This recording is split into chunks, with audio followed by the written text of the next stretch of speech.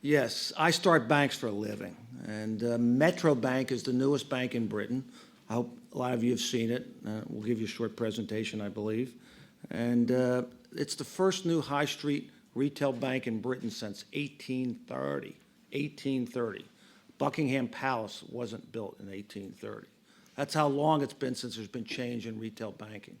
This is the fifth new bank I've done, four of them in America, and three of them for our friends in New York. I hope we're familiar with Commerce Bank, where I started a new bank from scratch when I was 26 with $1.5 million in capital, a staff of 9, and we sold out in '07 for $8.5 billion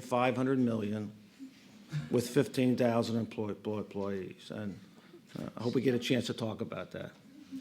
If you invested with us in the beginning and stayed in the end, your return was 47,000%.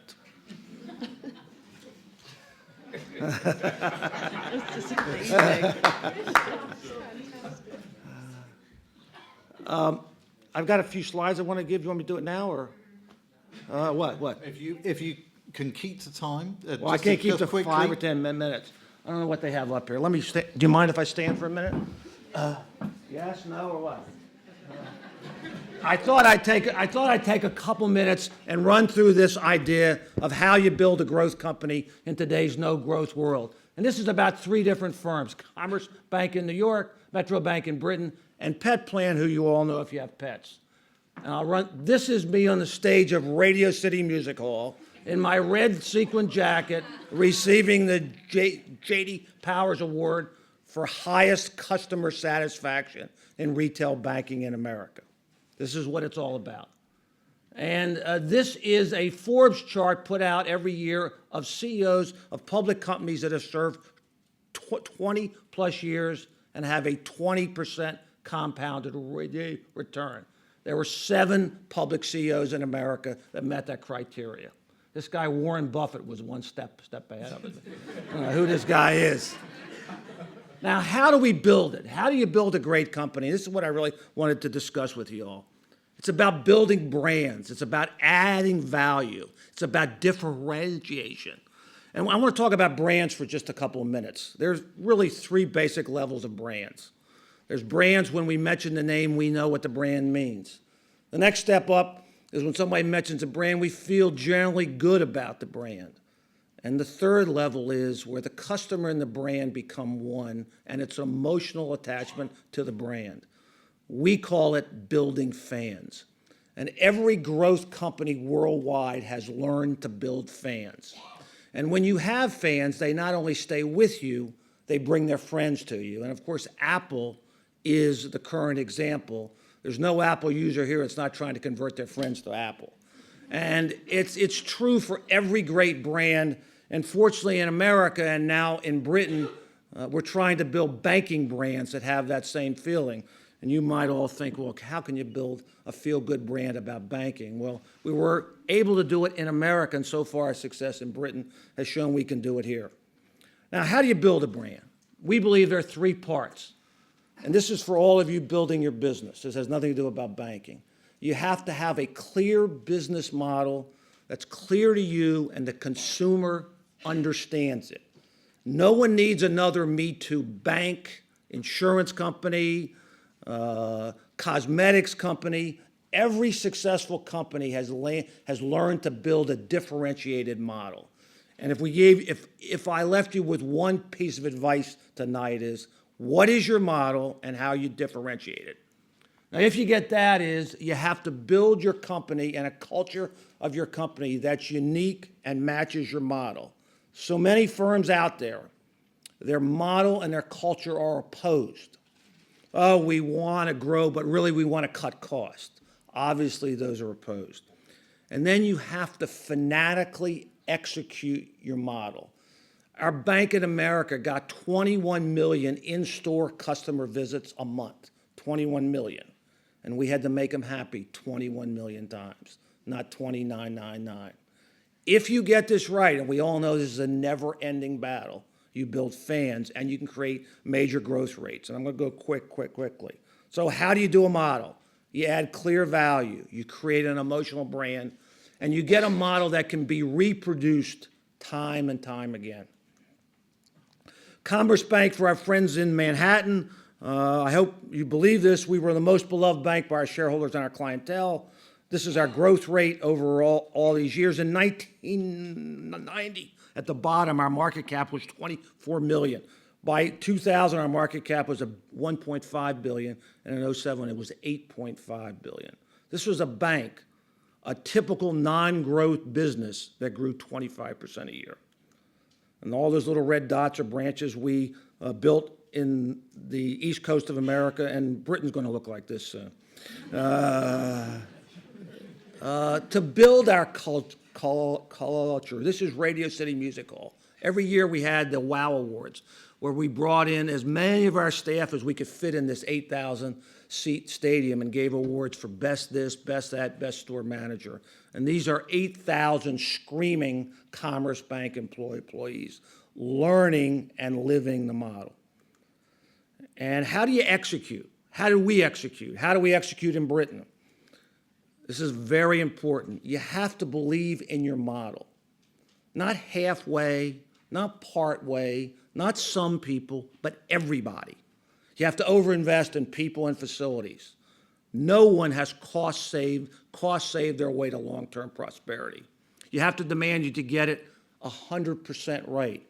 We, for instance, at Commerce, mystery shopped our bank stores with human beings. On average, every store got shopped every other day. We have a rule at Commerce in America and Metro Bank in Britain. When we get asked a request, one employee has the power to say yes, but they don't have the power to say no. They've got to go find somebody else. And we're on an endless quest to kill every stupid bank rule that we can find. And you will agree, I guess I didn't put my stupid bank rules in. So at Metro and Commerce, we're open 7 days a week. We have free coin counting. It's easy to open an account.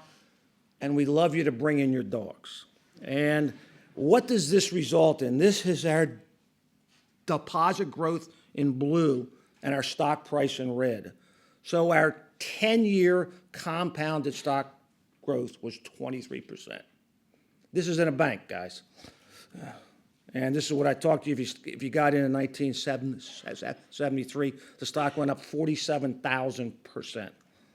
And so Commerce comes to Britain in the form of Metro Bank, Britain's first new high street in a long time. We're going to build 200 locations in Greater London. And this happens to be a store in Boreham Wood. Some of you know where that is. And you can see that this glass retail look and the interior below is very non-bank-like. The model is just as I described the Commerce. This is a retailing concept that happens to be banks. Customers bank with us for a better retail experience, and we're in the business of building fans. Our culture is we've created a culture to match your model. We believe our culture must be very clear, and we say to our team members, buy in or opt out. And that's another clear message to you and your team members. Either they're on the train or they're off the train. Hire for attitude, train for skills, as we were adding in America 6,000 new employees every year. Kill a stupid rule. I talked about kill a stupid bank rule. Why shouldn't the banks be open every day of the week? Why should they be open for the banker's convenience, not for your convenience? We close in Britain 3 days a year. All the men here have coins in their pockets and in their jars at home. The banks don't want them. We have free coin counting machines. Those of you who go in banks find that the pen is anchored to the counter. We got to protect that pen. In 2007, Commerce gave away 28 million pens. And we were trying to get the number up, just as we're doing here in Metro. The banks won't let you bring your dog in. This happens to be my dog. And why? Nobody knows. Nobody knows.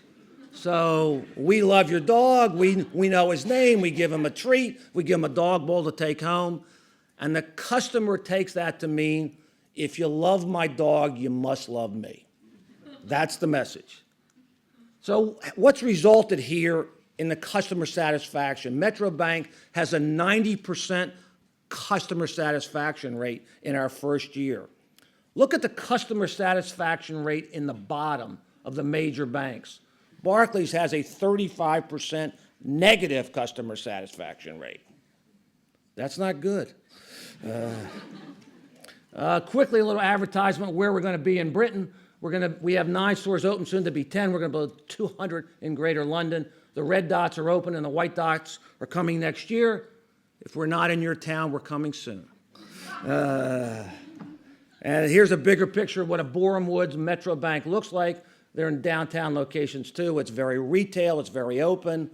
It's as non-bank as we know how to make it. 200 stores in Greater London. So I told you about an American story I built around this model. Then I've talked about the American model coming to Britain. Then I want to take just a couple more minutes to talk about a British model. Vernon, we're going to have to make it very I'm going to give you 2 seconds. seconds. Pet insurance was invented in Britain, and 1/3 of the pets have pet insurance. I am chairman of Pet Plant in America, where 1% of the pets have pet insurance, and we are trying, using the same model, to convince America, and that's my dog again, to buy a pet insurance. So I just want to make one last comment in summary, and I know I'm overboard. Emotional brands create massive value. Apple has the highest market cap of any company in the world, and it wasn't many years ago they had 5% of the computer market. Building fans is how we build brands. It's about everything we do. Your brand is who you are, what you are, and what your customers expect. Every decision you make will strengthen or weaken your brand, and great brands create value. Thank you.